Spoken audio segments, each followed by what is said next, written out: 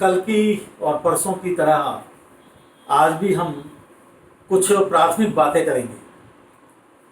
Set of natural numbers, set of integers यानी प्राकृतिक संख्याओं का समुच्चय और पूर्णांक संख्याओं का समुच्चय। इसमें कोई बहुत विशेष बातें नहीं हैं। विशेष बातें शुरू होती हैं परिमेय संख्याओं से यानी सेट ऑफ रैशनल नंबर से। तो आज शुरुआत में पहले हम सेट ऑफ रैशनल नंबर्स की ही कुछ बातों को दोबारा से और कुछ नई बातों को लेते हुए अपने काम को आगे बढ़ाएंगे। तो हम सब जानते हैं कि सेट ऑफ रैशनल नंबर्स क्या होता है। तो Q और उसको हम ऐसे लिख देते हैं P अपॉन Q। P और Q जो है वो I के एलिमेंट्स हैं, Q 0 नहीं है और GCD P और Q का है। और ये बताया था कि इसको चाहे तो हम नए तरीके से भी लिख सकते हैं, और वो नया तरीका लिखने का ये है कि सूची विधि से लिखें। तो सूची विधि से लिखने का तरीका ये है कि पहले आप उन नॉन नेगेटिव रैशनल नंबर को लिखें जिसमें ऊपर और नीचे का जोड़ 1 आ रहा हो, फिर 2 आ रहा हो, फिर 3 आ रहा हो, फिर 4 आ रहा हो, फिर 5 आ रहा हो, और छोटी संख्या से बड़ी संख्या की तरफ बढ़ें और फिर उनके नेगेटिव लिखें। तो इसका जोड़ 1 आ रहा है, इसका जोड़ 2 आ रहा है, तो इसका नेगेटिव भी लिख दिया। इसका जोड़ 3 आ रहा है और ये छोटे वाला है, फिर इसका हमने नेगेटिव भी लिख दिया। बल्कि पहले हम 2/1 लिख दें और फिर इसके बाद इनके नेगेटिव लिख दें 1/2 -2/1। इस प्रकार से स्टैक को लिख सकते हैं। लेकिन कोई ये ना समझे कि ये जो एलिमेंट्स मैंने लिखे हैं ये ऑर्डर में है। अब अगले वाला इससे बड़ा है, लेकिन अगले वाला फिर इससे छोटा है, अगले वाला फिर बड़ा है, अगले वाला फिर बड़ा है, अगले वाला फिर छोटा हो गया। तो इसमें कोई ऑर्डरिंग नहीं है। तो मैं जो मुख्य बातें आपके सामने लाना चाहता हूँ रैशनल नंबर्स के सेट की, वे मैं आपके सामने थोड़ा लिखता हूँ।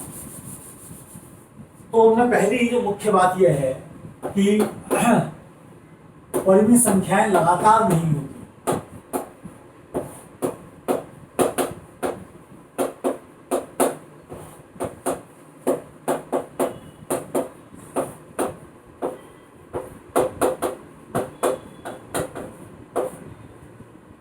इसका क्या मतलब हुआ कि मैंने कोई रैशनल नंबर बोला 2/3, तो 2/3 से बड़े बहुत सारे रैशनल नंबर हैं, लेकिन मैं कोई ऐसा रैशनल नंबर नहीं बता सकता कि जो 2/3 के बाद हो और उसके और 2/3 के बीच में कोई रैशनल नंबर ना हो। ऐसा कभी नहीं होता। दूसरी जो महत्वपूर्ण बात मैं बताना चाहता हूँ वो ये है कि हम छोटी कक्षाओं में पढ़ते हैं कि रैशनल नंबर्स का सम रैशनल नंबर आता है, लेकिन ये बात केवल तभी सत्य है जब रैशनल नंबर्स फाइनाइट हो। अगर इनफाइनाइट रैशनल नंबर लेंगे तो उनका सम एक इररेशनल नंबर यानी अपरिमेय संख्या भी आ सकता है। तो अनंत परिमेय संख्याओं का जोड़ एक अपरिमेय संख्या भी आ सकता है, इररेशनल।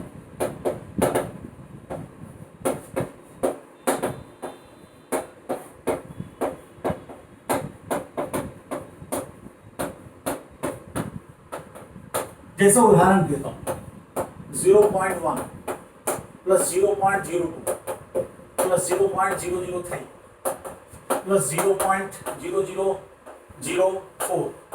Plus dot. आप देखिए ये 1/10 है तो रैशनल नंबर है, ये 2/100 है तो रैशनल नंबर है, ये 3/1000 है तो रैशनल नंबर है सब रैशनल नंबर। लेकिन इनको जोड़कर क्या आ रहा है 0.1 2 3 4 5 6 7 8 9 10 11 12 डॉट डॉट डॉट। तो ये एक इररेशनल नंबर है, अपरिमेय संख्या है, जो कि non terminating and non repeating है। तो ये भी एक महत्वपूर्ण बात हमें ध्यान रखनी है। तीसरी जो बात हमारे ध्यान में आती है, जो हम काफ़ी सुन चुके हैं, कि कोई भी रैशनल नंबर दो प्रकार का होगा, या तो वो टर्मिनेटिंग होगा और या वो नॉन टर्मिनेटिंग होगा तो रिपीटिंग होगा। जैसे मैं मान लीजिए आपके सामने बात लिखूं 1/5, तो हमें पता है कि टर्मिनेटिंग है 0.2 आ गया। और अगर मैं लिखूं आपके सामने 1/7 तो वो आएगा 0.7 3 जीरो 7 चौक 28 2 जीरो 7 दूनी 14 6 जीरो 7 अट्ठे 56 4 जीरो 7 पंजे 35 5 जीरो 7 सत्ते 49 1 जीरो और फिर 7 आ जाएगा, यानी कि ये रिपीट करेगा, ये ब्लॉक बार बार आएगा। तो दो प्रकार के होते हैं, लेकिन हम इनको एक ही प्रकार का बनाने के लिए एक छोटा सा काम करते हैं कि इस 0.2 को मैं लिख देता हूं 0.19 बार। आप ये सोचिएगा, देखिएगा कि ये जो 0.2 है एग्जैक्टली 0.19 बार है, यानी कि इसका मतलब ये चीज जो है वो इतनी है 0.199999। तो रैशनल नंबर्स में केवल जीरो को अगर हम छोड़ दें तो उसके अलावा जितने भी रैशनल नंबर हैं उनके बारे में हम एक घोषणा कर सकते हैं कि उनका जो डेसिमल रिप्रेजेंटेशन है वो हमेशा नॉन टर्मिनेटिंग है। हाँ, रिपीटिंग जरूर होगा, ऐसा नहीं हो सकता कि रिपीटिंग ना हो। अब रिपीटिंग होने के पीछे कारण क्या है उसको हमें समझना चाहिए। अब जैसे आप किसी संख्या को अगर मान लीजिए 7 से भाग कर रहे हैं, 7 से आपने मान लीजिए कि 13 को भाग किया,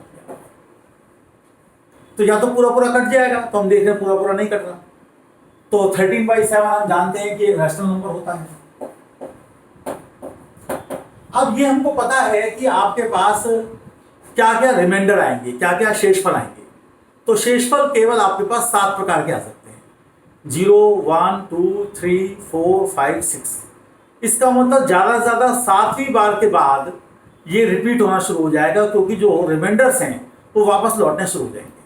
तो ये बात हमें ध्यान रखनी है कि कोई भी रैशनल नंबर नॉन टर्मिनेटिंग इसलिए होता है, नॉन टर्मिनेटिंग तो होता ही है, रिपीटिंग इसलिए होता है क्योंकि जो रिमाइंडर्स हैं उनकी संख्या फाइनाइट है।